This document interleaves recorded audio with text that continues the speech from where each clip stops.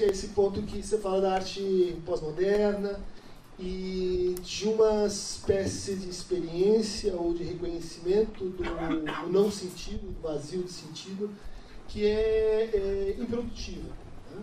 Que de certa forma paralisa, que gera um efeito instantâneo de surpresa, mas que de fato não engaja o sujeito no processo transformativo, né? De fato, a minha pergunta vem a partir de uma colocação do Lacan sobre a clínica da depressão, né? Que se tornou esse nosso modo compulsório de sofrer, né? Quer dizer, sofrer, o capitalismo não só produz sofrimento, mas ele prescreve como você deve expressá-lo, né? E você deve expressá-lo de forma preferencialmente, hegemonicamente depressiva, né? Vamos lembrar que a depressão é um significante que aparece na economia.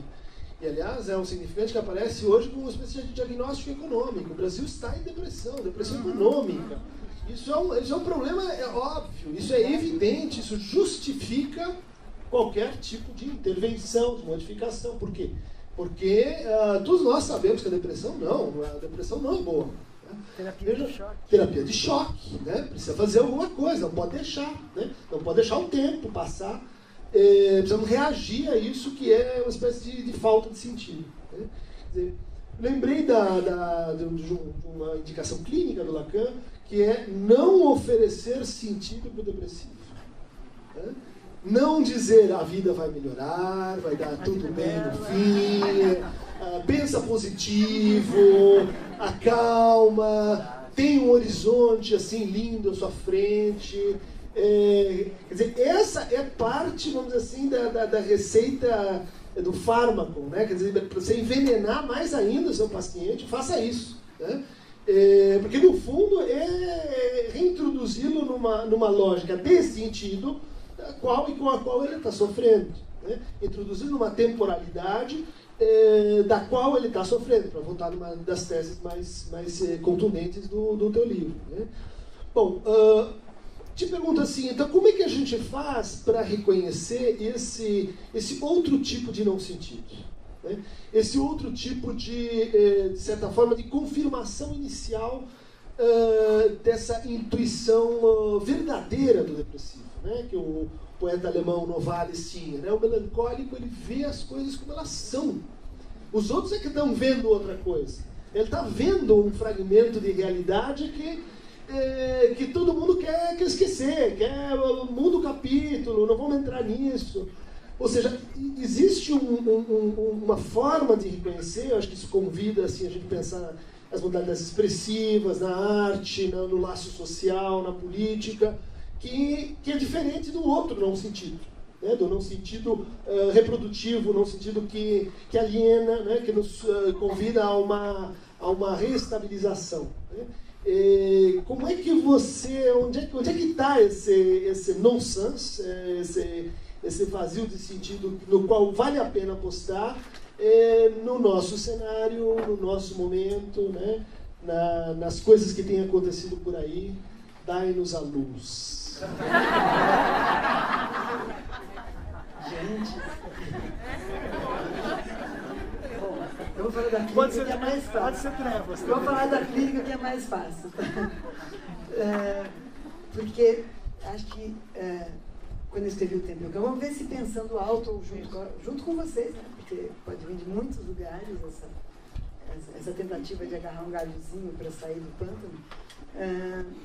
Quando eu escrevi o Templo do Cão, talvez eu estivesse brigando com essa indicação do Lacan, não dessa forma que você disse agora, que eu concordo totalmente. Dizer para o depressivo vai melhorar, ele só vai se sentir pior. Porque ele vai dizer, eu não consigo, né? Não, você vai ver.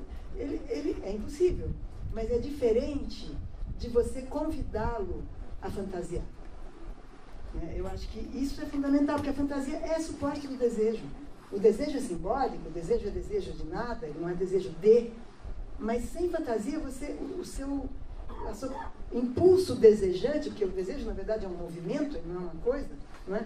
Mas sem fantasia o seu impulso desejante também cai no vazio. Então eu acho que na questão do depressivo se trata de convidá-lo a fantasiar. Tenha coragem de fantasiar, ouse fantasiar, porque o depressivo não ousa, né? Primeiro que alguém já se precipitou e já lhe ofereceu objetos de satisfação, sem que ele precisasse prefigurar, né? Porque na minha hipótese, já que o Christian voltou à questão clínica, o depressivo não é aquele que sofreu de falta de mãe. Esse pode ser o melancólico freudiano, naquele sentido do luto e melancolia. É aquele que sofreu de excesso. Ele é um saciado permanente, por isso que ele é um indesejante permanente. Então, no caso depressivo, eu acho que é uma questão de convidá-lo a fantasiar. No caso da luta política e da depressão política, talvez também seja, Christian. Mas aí é claro que é muito perigoso, porque toda vez que alguém, ou algum partido, ou algum grande líder, pior ainda, ofereceu uma fantasia pronta para uma sociedade, isso se tornou totalitário, né? Nós vamos, então, consertar tudo, promover igualdade assim, assim, assim, assim, e vai ser justo por causa disso. Isso promoveu totalitarismos. Tanto faz se foi Stalin ou Hitler, promoveu totalitarismos. A outra coisa é que os grupos sociais, as classes sociais, as categorias, os sindicatos, fantasiem algo do que eles querem para suas vidas, né? Para não ficar aos olhos das pessoas infinitamente fatigadas com as infinitas complicações da vida diária. Aliás, eu tenho uma paciente que é executiva, não é operária, trabalha, e veio deprimida. Veio deprimida, muito deprimida, e trabalha. Sempre vem análise, mas chega atrasada, porque estava numa reunião, desaba no divã, ai meu Deus, não vai dar tempo. Aí, um dia, ela desabou no divã e eu disse, e aos olhos das pessoas infinitamente preocupadas com as infinitas ocupações da vida diária, o tempo se perfila com uma sequência de meios cuja finalidade já se perdeu. Ela deu um pulo e falou, como você sabe? Walter Benjamin. Porque eu acho que é isso que nos captura o desejo. Entendeu? Aí é diferente, não é o desejo capturado pela fantasia que o outro faz a seu respeito, que você não pode desejar, né? Meu filho vai ser um engenheiro maravilhoso, minha filha. Não é o desejo capturado aí. É você não ter fantasia como via de você ter algum contato com o seu desejo. E virar uma máquina, porque daí você fica assim capturado pelo desejo do outro, né? Sempre tem um outro, e no caso do capitalismo esse outro vai ser o seu patrão, evidentemente, que tem um desejo forte, que ele sabe muito bem o que ele quer de você, né? Ele não tem dúvidas, então é bom você encontrar caminhos para o seu desejo se manifestar. Para além disso, às vezes não dá para ser para fora disso. Eu não tenho nenhuma crítica a quem é obrigado, eu tenho essa sorte absoluta de ser psicanalista, que é um trabalho que produz sentido quase diariamente para mim. Mas eu não tenho nenhuma crítica, nenhum desprezo a quem trabalha no escritório, na máquina, na burocracia, no serviço público. São trabalhos, né, que têm que ser, inclusive, dignificados e não desprezados.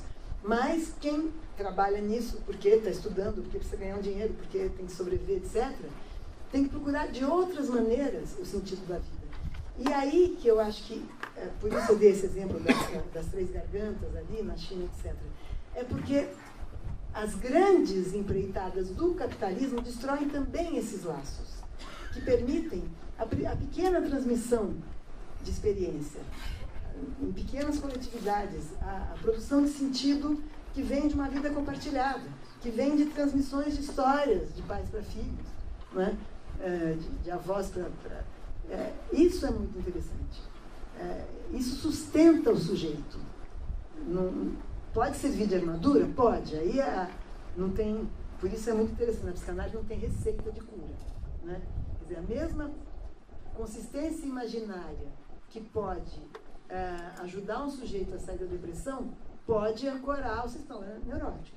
Então, o interessante é, nesse ponto, não há receita. Mas que é preciso criar narrativas para o nosso momento, né, que é um momento pragmático no extremo, em que o próprio projeto do Partido dos Trabalhadores perdeu toda a sua base, sua sustentação histórica. Quer dizer, hoje em dia a gente está, eu pessoalmente, estou com ele porque é o menos pior, só por isso, né? E porque o PSOL, infelizmente, é muito pequeno, não tem base operária, não tem base de massa. É um partido até que ideologicamente, hoje em dia, nas discussões eu me afino mais, mas não tem base de massa. Então a gente está onde dá para estar. Mas tem que se criar novas narrativas, né? As grandes narrativas das grandes lutas operárias dos anos 70, não é que elas cumprir a sua função, talvez.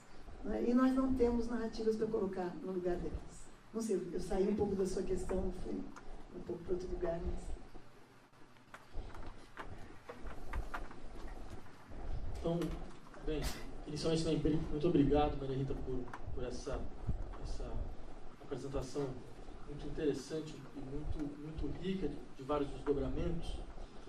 Eu queria aproveitar um pouco esse nosso momento de debate e colocar algumas questões, talvez problematizar alguns pontos, para saber como você avaliaria algumas alternativas. Quer dizer, porque, primeiro, eu gostei bastante da sua lembrança desse texto do Benjamin, que dá um pouco uma tipologia de certos problemas fundamentais com a organização da vida social a partir do capitalismo, né, que pode servir, com religião, exatamente, pode servir um pouco por orientação para o nosso debate. Quer dizer, essa ideia da transformação do utilitarismo como uma espécie de religião privada, né, esse culto da duração permanente de todos os processos, né, da intensificação cada vez mais evidente, né, baseada na intensificação dos processos de trabalho, mas também na intensificação até dos modos de desejar, né, esse culto culpabilizador de tudo que poderia quebrar um pouco um certo ideal empreendedor de si, né, e por fim a eliminação da transcendência. Eu queria um pouco discutir um pouco essas questões para te colocar, na verdade, duas perguntas ao final, né?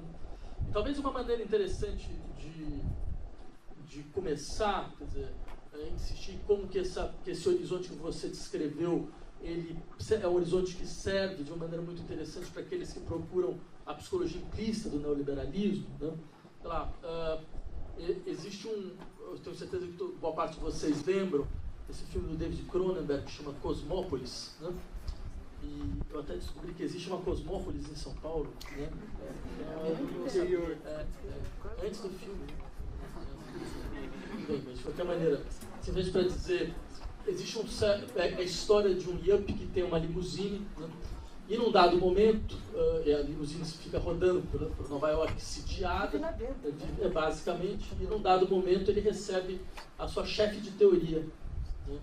Que é uma espécie de monja zen budista que explica, faz especulações sobre o ato de especular financeiramente, né? E num dado momento ela começa a explicar o que ele faz, fala, pensa no seu desejo. Pensa, por exemplo, o que você acha que você comprou com 105 milhões de dólares, que era o que eu tinha acabado de gastar, né? Você comprou o seu helicóptero privado? Você comprou o seu sistema, seu tubarão, porque tem um tubarão no aquário, né? Você comprou o seu novo sistema de elevadores que tocam música para cada andar, para cada velocidade, né? Não, você não comprou nada disso. Na verdade, você comprou 105 milhões de dólares. Você comprou a possibilidade de gastar 105 milhões de dólares. Isso foi bom, né?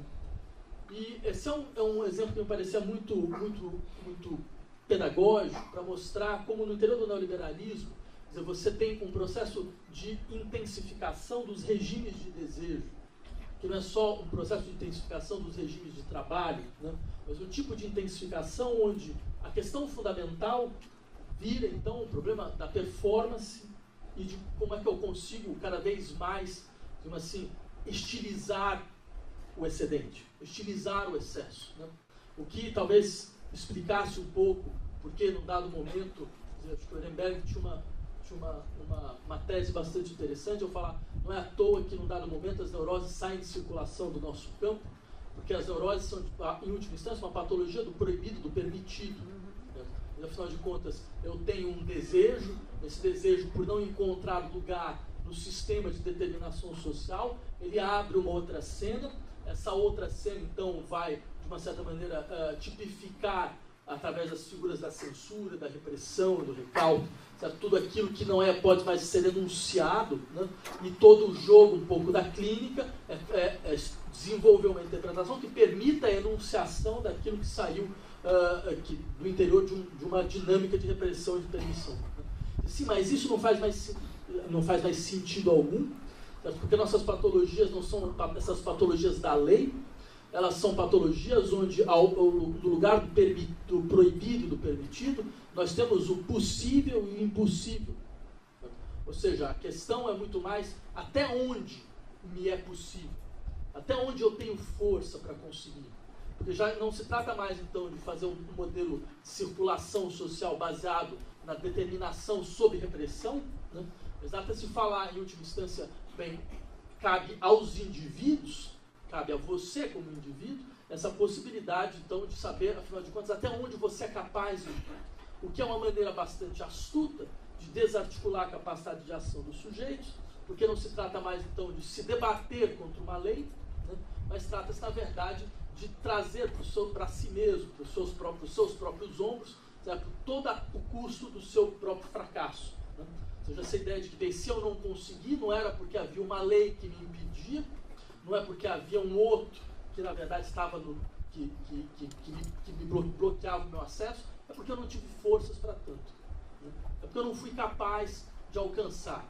Então, no interior desse modelo, onde a intensificação dos regimes de desejo aparece como um elemento decisivo e fundamental, certo? Ele se coaduna, de uma certa forma, como uma consequência necessária de um certo ideal de si, que é basicamente o ideal empresarial de si. Né? Um pouco como o Foucault havia descrito muito bem no Nascimento da Biopolítica, essa ideia de que, talvez muito melhor do que falar sobre reificação, seria falar sobre como os indivíduos são constituídos como empresas de si mesmo. Né? E o Brasil, que tem essa grande capacidade de falar as coisas às claras, sem que isso produza maiores estranhamentos, conseguiu, inclusive, fazer uma revista que acho que tem o título mais preciso nesse sentido, né? Você S.A., né? Você Sociedade Anônima, ou seja, que é impossível não descrever isso de uma maneira melhor, né? Ou seja, de fato trata... anônima, né? Anônima, pois é. Porque tem muito dono nessa história, né? Tem muito dono e eles não conseguem estabelecer um padrão comum de ação, né? Mas, ou seja, no sentido de que o que se trata é, de fato, não é por acaso, quer dizer, quando nós começamos a compreender, certo, nossas habilidades como aquilo que deve ser investido, certo? Nós começamos a compreender o nosso saber como capital, né? Quer dizer, o meu capital, seja até mesmo o capital emocional, seja o capital cultural, o capital o capital de relacionamentos, essa implicação da relação a si interior, do modelo de descrição de relações empresariais, não é uma mera metáfora, né? Quer dizer, não é um simples novo modo de dizer, é na verdade uma produção, é um modo de produzir um tipo de subjetividade que vai então não ser mais capaz de se relacionar a si mesmo a partir de certos padrões e vai tendencialmente se relacionar a partir de novos padrões, né? Então, uma mudança radical na relação, eu diria, do que é possível, do que é impossível para os sujeitos hoje. E dentro desse universo, na verdade, as minhas duas questões vão em direção ao seguinte.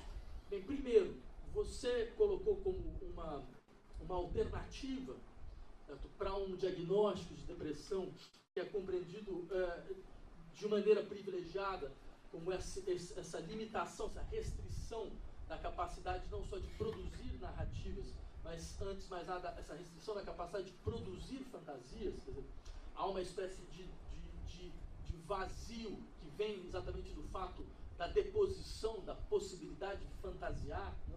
Eu perguntaria se nós não poderíamos pensar de outra forma o problema da relação entre desejo e fantasia. Né? Porque eu me pergunto o seguinte, se nós admitimos um pouco esse quadro, que eu acho um quadro com o qual você já tem trabalhado já há um bom tempo, quer dizer, de fato, uma das razões dessa posição depressiva é o fato de que é o último estágio que o sujeito encontra para mostrar claramente a sua recusa.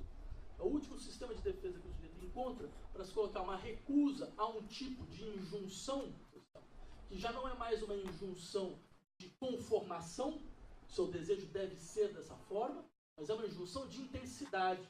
Você deve desejar o máximo possível. Né? Já não é mais uma questão de normatividade no sentido estrito, olha, as formas de desejar são essas, você deve se adaptar a elas, mas é uma questão de normatividade no sentido quantitativo. Você deve, tudo que você for fazer, você deve fazer ao máximo, né? Quer dizer, você deve, de fato, cabe a você, em última instância, o ritmo da sua própria intensidade. Então, nesse sistema, de fato, talvez a gente não tenha mais essa fantasia como o cenário, mas a gente tem a fantasia como um princípio de contágio. Tem um tipo de fantasia que não é a fantasia da construção cinematográfica, dos cenários possíveis de determinação, né, de subtração do vazio do desejo, mas é a fantasia como a condição de possibilidade de toda e qualquer experiência. Ou seja, toda e qualquer experiência ela é aceita, ela é válida, desde que ela submeta a um princípio de quantidade, a um princípio de intensidade, a um princípio de performance, que faz com que, independente de qual conteúdo você se vincule, né, de qual cenário você produza, todos eles têm uma característica em comum. Eles são todos baseados em um determinado modelo de racionalidade, né, que vem da experiência da racionalidade econômica.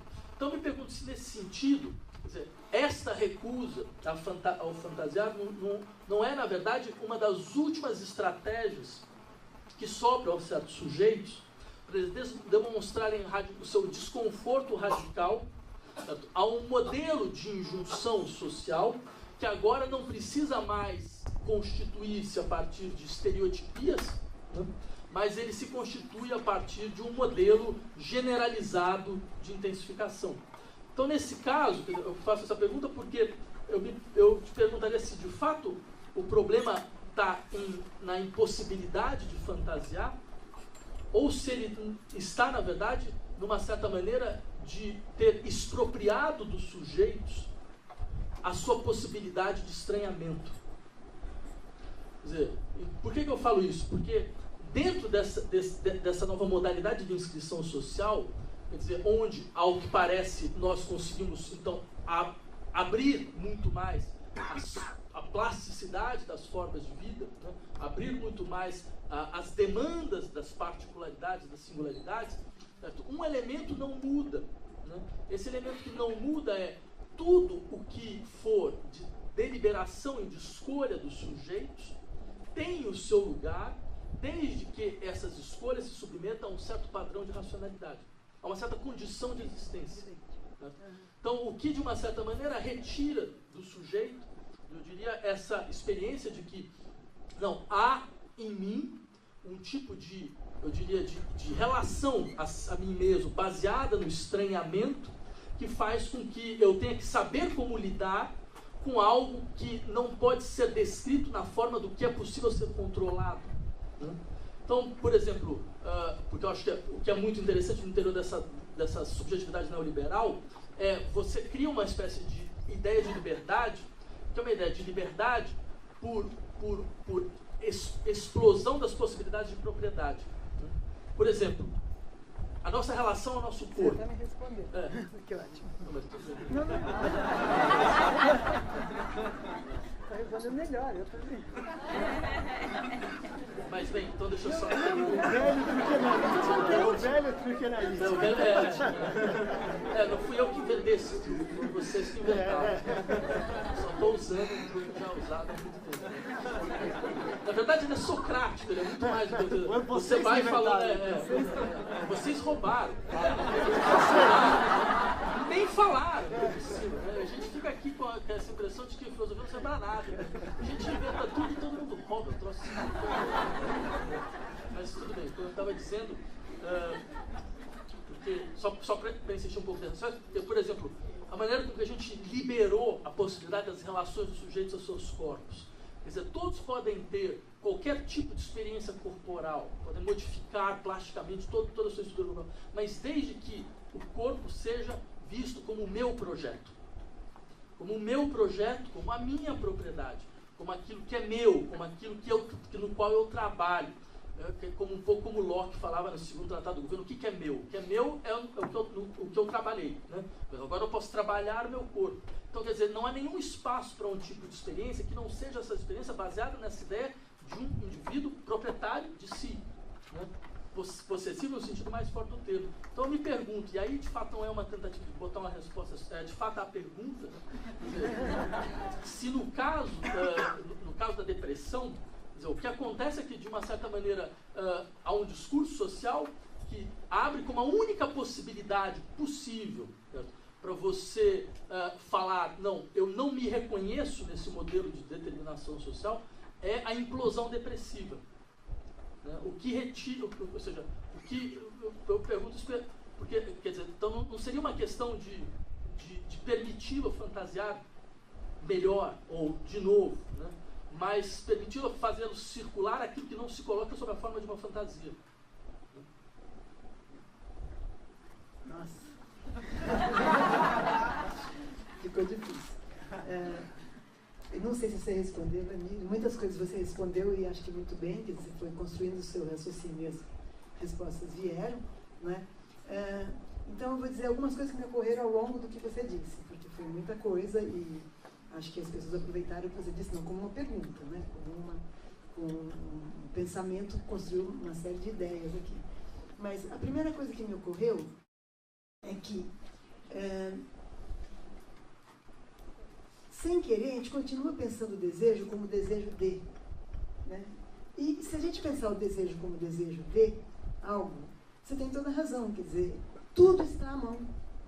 Não tem nada... Claro, você tem que falar, o pobre não vai conseguir, depende da sua renda, mas pelo menos como imagem, como possibilidade de gozo, né? Pensem hoje como a quantidade de coisas que são transformadas em eventos festivos. Né?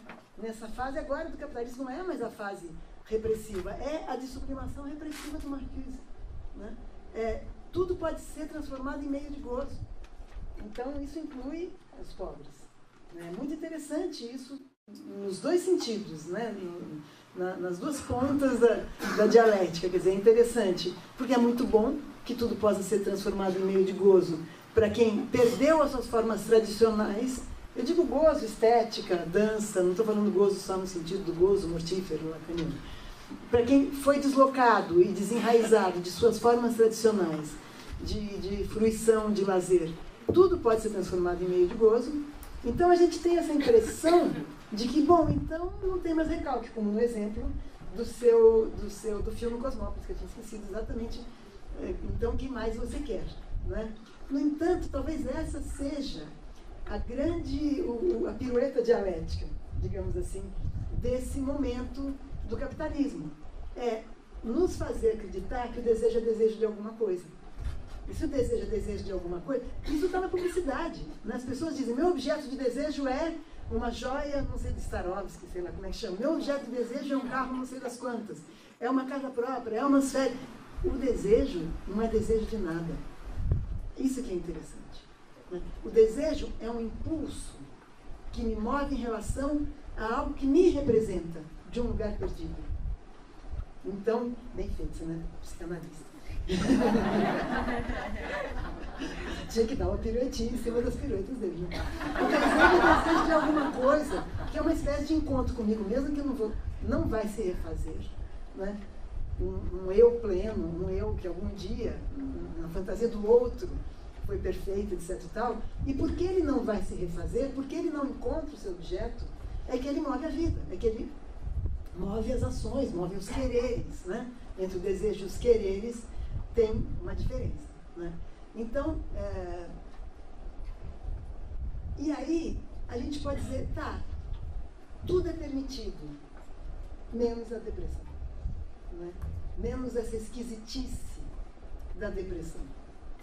Que vem alguém correndo e dizer, e aí, essa festa toda você não vai aproveitar? Né? Essa é a questão do depressivo.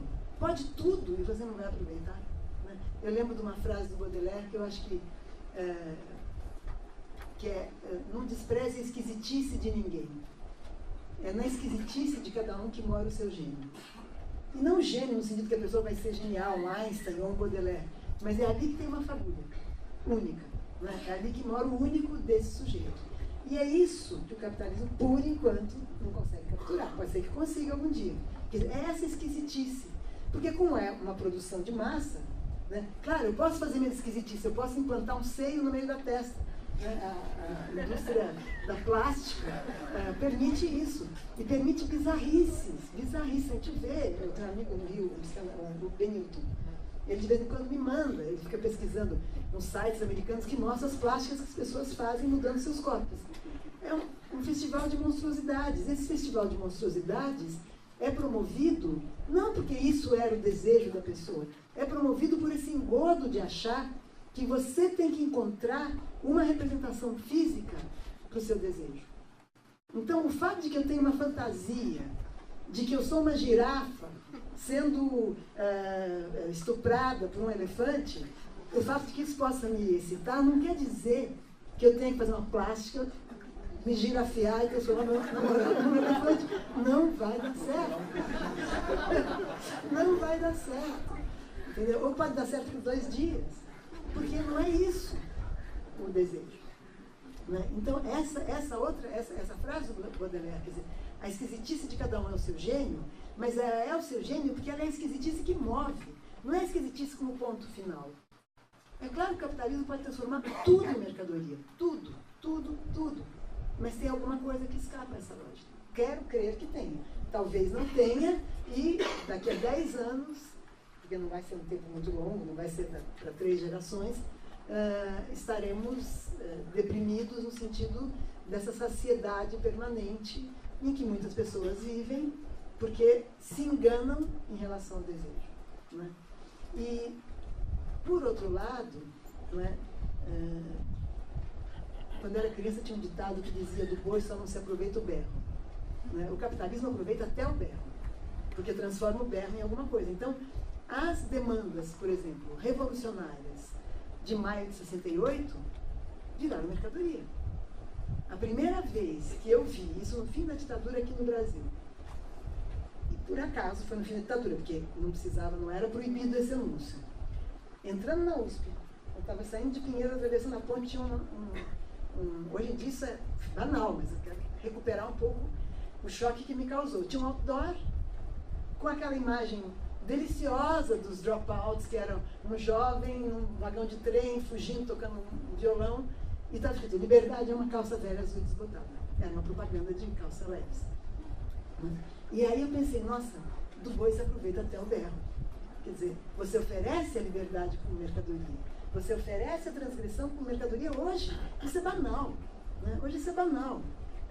Vou lembrar de uma propaganda de uns anos atrás. Eram as crianças que eram os pré-adolescentes indo para uma festa, e quando chegava a um quarteirão, o pré-adolescente pedia: pai, me deixa na esquina, para fingir que ele estava indo a pé sozinho para a festa. Né? Então o pai deixava na esquina, ficava olhando, a criança chegava fingindo que já era grande. E aí tem você vê sempre de dentro do carro, e um que fala: pai, me leva até a porta. E aí quando ele desce, o pai dele está no carrão daquela época, de último tipo, todos param. Quer dizer, ir no carro bacana do pai até a porta vale mais do que fingir que você já é descolado e vai a pé para a festa. Então tem 900 dessas. E tem uma propaganda que me chocou tanto, e eu acho que ela foi tão chocante que realmente, eu acho que ela sabe que eu vi 2 vezes numa semana. Então quero que vocês me digam o que vocês acham disso, o que aconteceu com essa propaganda. Era uma propaganda do novo Fusca, então não era um carro, mas era um carro caro. O cara estava na garagem, polindo o seu novo Fusca, todo feliz, um jovenzinho de barba, paraná, como vários de vocês aqui, um cara descolado, porque se ele tinha um novo Fusca, ele tinha que ser um cara descolado. E ele começava a pensar: como é legal ter um carro, mas carro não faz parte da minha ideologia. Porque o carro é feito numa fábrica. Aí começava a aparecer desenho animado, a fábrica poluindo, os operários trabalhando, as matas sendo derrubadas, tudo aquilo que aquele jovem seria contra, né? Para abrir estradas ou para fazer combustível. Vai mostrando tudo aquilo que qualquer um de nós fala: que merda que o capitalismo vai promovendo. Aí ele fala: mas eu estou muito feliz com o meu Fusca. E sai. Né?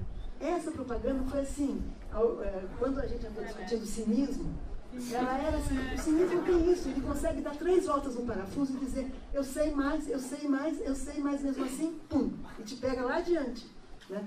Essa propaganda saiu muito rápido, pouca gente viu, mas eu tenho certeza que eu não alucinei. E se eu alucinasse, eu ia vender para um publicitário. Mas, quer dizer, você pode fazer essa pirueta 900 vezes, não é? Mas tem algo do desejo que é irredutível. Tem algo do desejo que é irredutível porque não é desejo de um objeto. Então, só para voltar à sua questão, eu também dei umas viajadas aqui, mas uma pessoa locupletada dos objetos do seu desejo é uma pessoa deprimida. Essa é a pessoa deprimida. Porque ela se ilude que ela não é mais desejante. A depressão é não desejar. Não é não ter. Então, por que pensar a fantasia como um dado terapêutico? A fantasia como um dado terapêutico, porque ela é uma via para. Né? A gente pede a fantasia não para o sujeito ficar fixado na fantasia. Até para ela ser desconstruída e o sujeito se deparar com esse lugar vazio que ele vai ter que preencher. Mas no caso deprimido, ele não fantasiar significa, não é que ele está com seu puro desejo, significa que ele está sem nenhuma via para ter contato com isso, né? do seu impulso desejante. A fantasia é um pouco a cenoura na frente do burro. Ela faz você andar. O burro não come a cenoura. Né? Ele fica ali com aquela cenoura e anda atrás dela. Seria mais para isso, não seria uma fantasia para... Claro, uma opção de coisa que a gente fantasia, a gente conquista. Muitas, outras não. Mas a questão é vender para você a plenitude de não ter... Esse rapaz do Cosmópolis, né? Que não é exatamente um rapaz feliz, esse personagem. Né? E queria lembrar uma coisa engraçada também. Os contos de fada. Quem é o personagem triste do conto de fada? É o rei que tem tudo. Outro dia eu lembrei, eu estava escrevendo para outra coisa, para um ciclo que a Galp não vai fazer, não sei o quê. O personagem triste dos contos de fada é o rei que tem tudo. Está lá com seus tesouros, com as suas odaliscas, com seus banquetes, sentado no trono, entediado, e aí vem um bobo da corte, aí vem... E o Benjamin, agora voltando para o Benjamin, tem uma pequena lenda que ele diz que lhe foi contada, que é maravilhosa, que chama a sopa de amora. Vocês conhecem essa lenda? Oi? É o que de amora? Uma sopa é o quê? Omelete de amora, muito bem. Omelete de amora. Que é a história de um rei muito entediado, triste, não quer fazer nada, nem governa mais, e ele promete, e ele lembra de uma coisa que ele quer, que é alguém encontre um cozinheiro que seja capaz de fazer uma omelete de amoras que ele comeu na infância e que foi a coisa mais maravilhosa, como se tivesse ainda um objeto perdido para o seu desejo. E o resto ele tem tudo e nada moveu para fora dessa depressão. E finalmente encontra um cozinheiro que vai lá e diz para o rei: olha, eu sei fazer omelete de amoras, eu sei a receita, eu sei onde é que tem que colher a amora, eu sei qual é o tomilho que tem que pôr na quantidade certa, eu sei como é que tem que bater os ovos da esquerda para a direita, não da direita para a esquerda, eu sei tudo. Mas pode me cortar a cabeça já, porque ele diz, cada um que tentar e não conseguir, eu corto a cabeça. Claro, o rei é para isso. Ele falou, pode cortar já a minha cabeça porque não vai adiantar. Porque nessa omelete, quando você provar, porque a experiência dele da omelete de amoras era o seguinte: uma vez ele estava perdido numa mata com a sua avó, com seu avô, com sei lá quem, e no frio, no escuro, anoiteceu, e ele foi andando até que dizia uma luzinha, e chegaram lá e tinha uma velhinha dentro de uma cabaninha, estava quentinho, e eles estavam morrendo de fome, e ela fez essa tal omelete de amora que ele nunca mais provou igual. E o cozinheiro falou: eu não posso te oferecer a noite escura, o medo de estar perdido, o frio, o desconforto, a angústia e o aconchego e o acolhimento, tudo isso que veio junto com essa omelete. Né? Então, tá, uma parábola, uma fábula, o Benjamin recupera, mas a questão é essa, quer dizer, o objeto tem valor na medida em que havia uma falta. Né? Esse rei que tem tudo tem uma memória de um objeto que o fez gozar infinitamente, mas ele não tem mais a falta. Né? E me faz lembrar de um poema da Adélia Prado maravilhoso, que chama 40 anos, coitadas latinhas com 40 anos, imagina agora, mas é só um poema. Chama 40 anos e ela diz: tenho a faca e o queijo, falta fome.